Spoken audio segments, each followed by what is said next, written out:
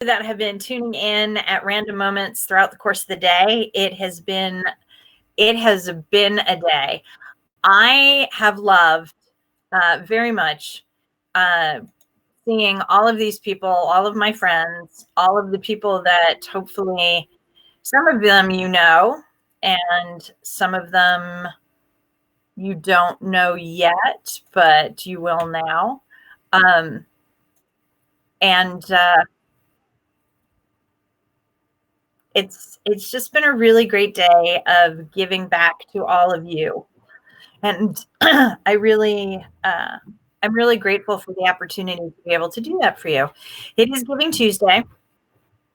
And I think that the best way for Mariposa to celebrate Giving Tuesday is to be able to give back to you a little bit of the fun that we have in creating and give you a chance to hear some of the people that are behind the scenes and have us talk about some of the stuff that we do, but also a little bit of singing, a little bit of storytelling as it's been throughout the day. But if you feel so inclined and would like to give back to us, you can go to Give Big Pittsburgh and search for us at Mariposa Theater for Young Audiences. You can go on our website. You can donate through Facebook because you're right there. So just click that donate button. Or we have a Venmo, and that is Mariposa TYA. And you can certainly feel free to send us anything that you like. But that's not the most important thing today. The most important thing is that we are able to give back to you. I've been talking so much, I need more water. And one of the ways that I want to give back to you is I would like to introduce you to someone that I absolutely adore. Her name is MaryAnn Mangini, and I got to work with her and meet her several years ago when we were doing Annie together at the Strand in Zelienople. And hey, girlfriend, how are you? Hi. Oh, I adore you too, Karen. Oh, this it's we don't get to see each other nearly enough. No, and it's the same because we're not really that far apart. Oh wow, I'm really thirsty. Okay. It's been a long day of talking. I bet. It's been a long day of talking. But I hope that people have enjoyed what I've been talking about and what a lot of the people that I've gotten to talk to. Because not only have I talked to, every single person that I've talked to today has been or is a performer now, but also works with children in some form. And you are amazing for the work that you're doing with the Fantastics. Oh, thank you, Karen. Talk to people about what are the Fantastics, who are they, and how did they get started? Sure. Well, my idea to start this group kind of grew out of my love for teaching show choir. When I was in high school, I was involved in show choir 10th through 12th grade and fell in love with the fact that you could travel with a group and perform at nursing homes for your community events and things like that. It lit me up to be able to give back that way. So when I went and started teaching public school in 2004, right out of college, I went to Shenango High School in Newcastle. And I taught music there, but I started a show choir, and we were the only show choir in Lawrence County at the time. And I just enjoyed that when in like 2012, I wanted to start a community show choir with younger kids, and it actually grew out of a show that we were performing in at the time. It was called Bible on Broadway. And I took those kids to the Scottish Rite Cathedral in Newcastle to perform at one of my gigs. And after that, it just I'm like, you know what? We're just going to start a show choir. So we had auditions, and the Fantastics is actually, it's an auditioned group with kids ages 9 through 17 right now. I'm open. Last year we had 55 kids ages 5 through 18. So it changes every year. But we go around the community and we sing at local events, nursing homes. A couple years ago, I wrote them an anti-bullying production. It's called You Are Worth It. It has all original music in it, and it's like a 1 hour show intended to raise self-awareness, raise anti-bullying awareness, and just to like try to raise the kids' self-esteem and tell them, you know, and kind of educate the kids on how to deal with bullying. But that's just a small group. So we go into schools, we go to churches, we do bigger events like Light Up Night in Pittsburgh. We perform in Market Square for Christmas programming. We go to Kennywood for their holiday lights. Oh, wow. Last year we went to the new Hazlitt Theater and we sang with Johnny Angel and the Halos on stage with them. And this year we were supposed to sing with the Fabulous Gemtones on April 3rd.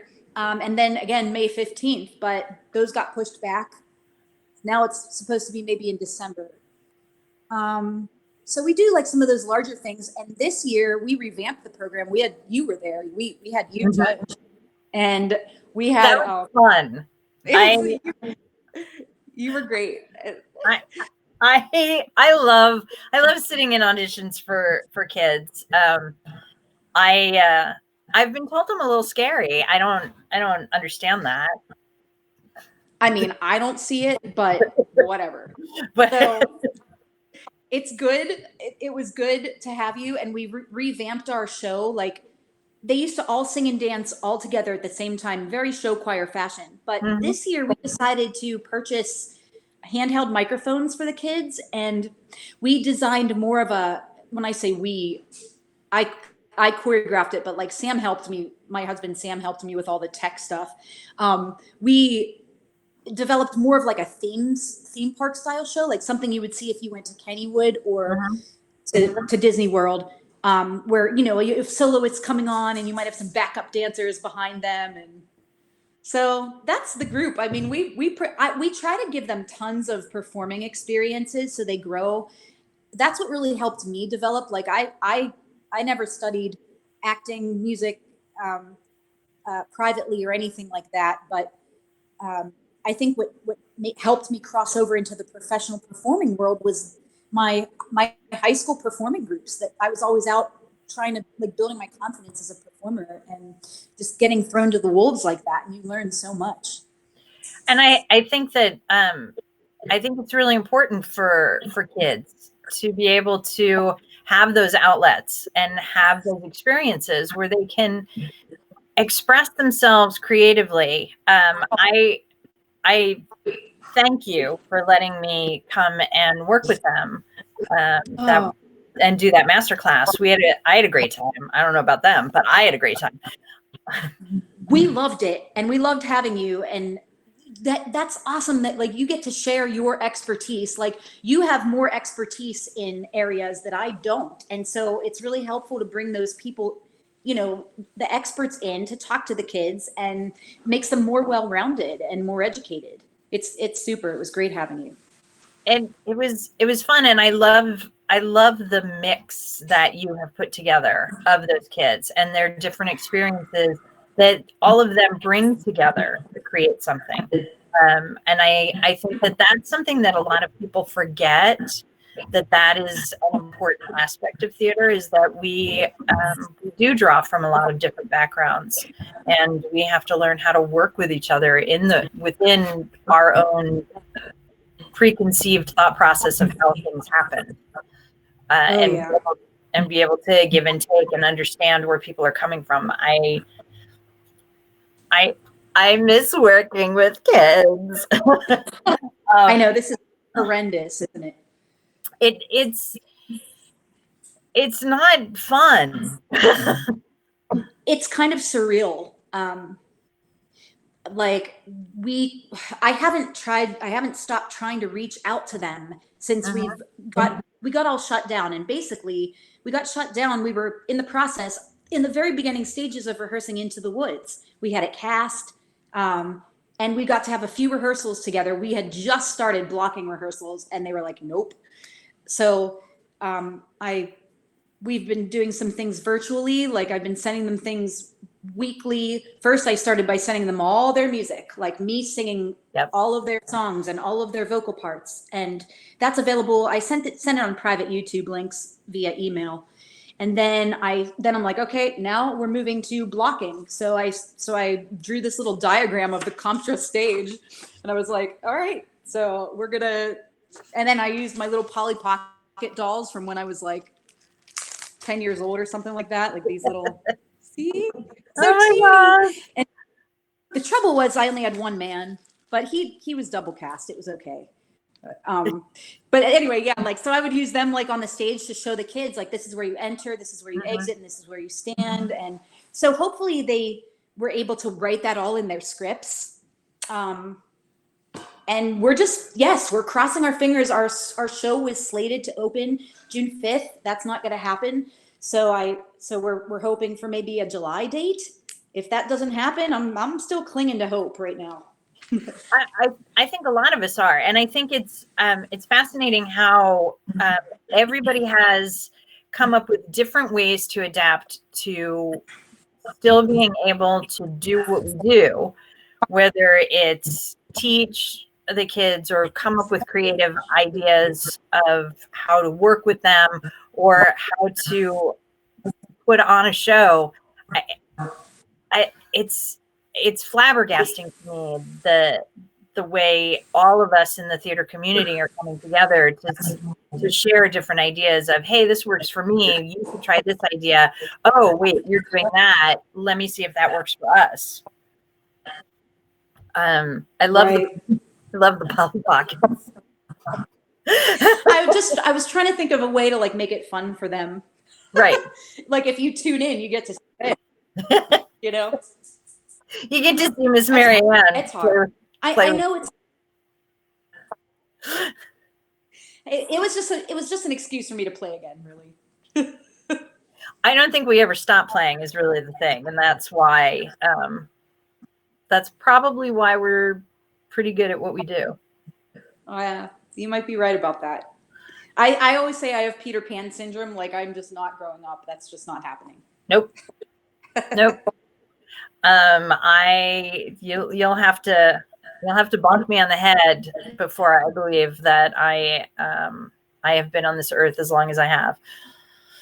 Somebody's gonna have to, I don't know, do something, and I'm still gonna be like, no, I want to go outside and play hopscotch.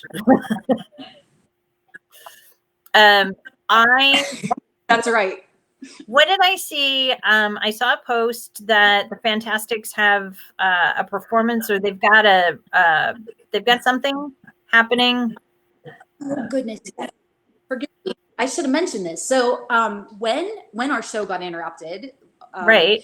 Aside from like blocking and stuff, we had a Zoom meeting all together, and I said, guys, what can we do to like lift the spirits of people? And I kind of like a wartime almost. And in times of war, they had Bob Hope and Raquel Welch, and people came together and performed these USO shows that would lift spirits. And I just had this idea of like, let's do like a virtual cabaret show where you guys, how about you send me like a clip of, I don't care what it is, something uplifting, like singing, dancing, acting, telling a joke, juggling, playing an instrument, whatever you want to do. Send in like a 1-minute clip of that. So I went and I got just some clips of us performing as a group, like whatever I had on file from like last semester, So I took, which wasn't, I mean, we had a lot of performances, but a lot of them were Christmas shows. So I tried to take non-Christmas clips of the kids and then all their individual stuff. Plus I Zoomed every one of them. Like I Zoomed with them, like you and I are doing right now. And I interviewed them about their feelings, like how they're handling the crisis, and can they name anything positive that's come of this situation? And so this video, it's about 1 hour long, and it was sent to a professional editor, and it has like all these songs,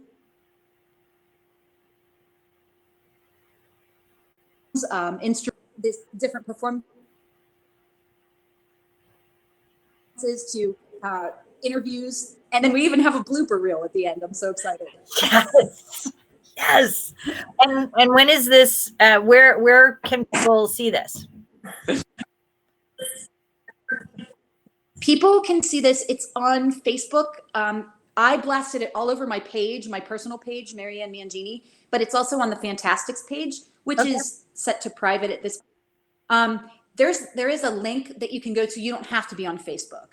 I don't know really how to share that with you at this moment, but you send it to me, I can post that on our Facebook page. So that people will be able to, or you can put it. Okay, yeah, I'll just I'll post it, and we'll be all good.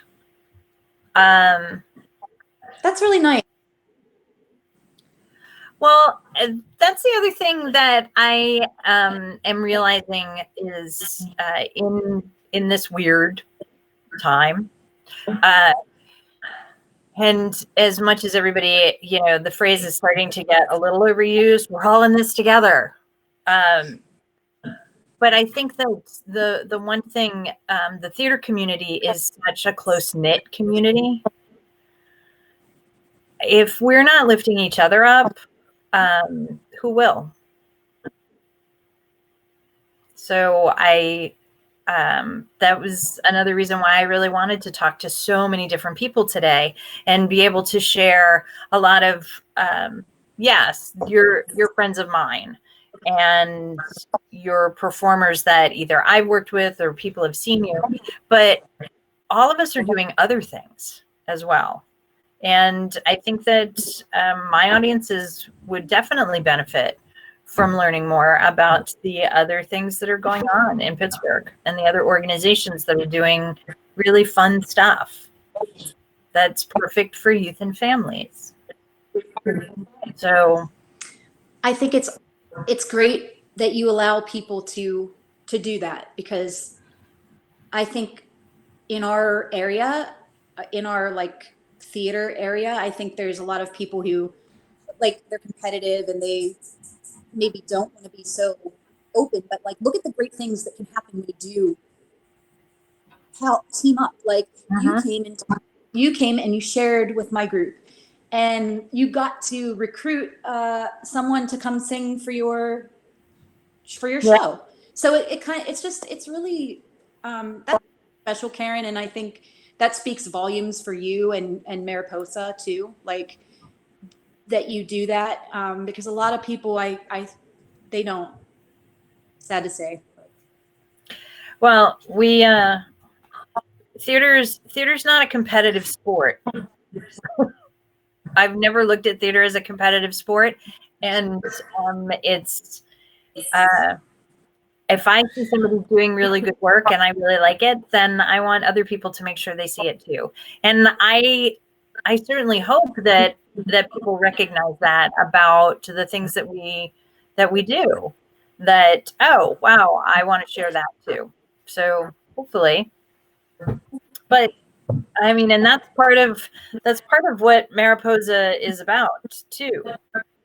It's about that chaos theory of the butterfly effect, and if I can have that little ripple go on, who knows where it will end up, but it'll change somebody's life, and that's the important thing.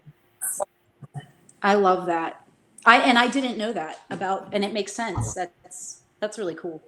Yeah, that's so it's Spanish for butterfly, but it's a dual thing, and the logo, the M and all the blue parts are actually an algorithm that went into the computer, so it's a digital representation of the butterfly effect. So, Oh, wow. yeah, we are That's amazing. the perfect marriage of art and science. Oh, I love it. Yeah, thanks. Thanks. I'm gonna let you go, so that you and Sam can enjoy the rest of your evening. And I make sure you send me that link, or you can just go on, or you can just go on our Facebook page. And this is the last live video for today, so you can put it in the comments. So you can put the link in the comments, and then people will be able to find it right away. Okay. Okay. Oh, excellent. Okay. Thanks so much, Karen. And I wish you guys a lot of, I love you. Thanks so much for talking to me. And the next time you see the kids, tell them I said hi. Oh my gosh, I will tell them. They will love it. Okay. I love you. I'll talk to you soon. I love you. Thanks, Karen. So everybody, that was our last live for today. And I hope that you had a great time checking out all the different people that help me make Mariposa what it is. There are friends from all over, and they all do amazing work. And I hope that you realize how much we love all of you and how much we miss you. And we are so thankful that you allowed us to come in to your house today and try to entertain you or give you things to think about. And we miss you a lot. But keep up with us and keep watching, because we have lots of stuff coming up. But that's it for tonight. And I am really hungry, so I'm going to go get some dinner. And good night, everybody. Thank you. It is my pleasure to be able to bring these artists and all of these people to you and give you a gift on Giving Tuesday.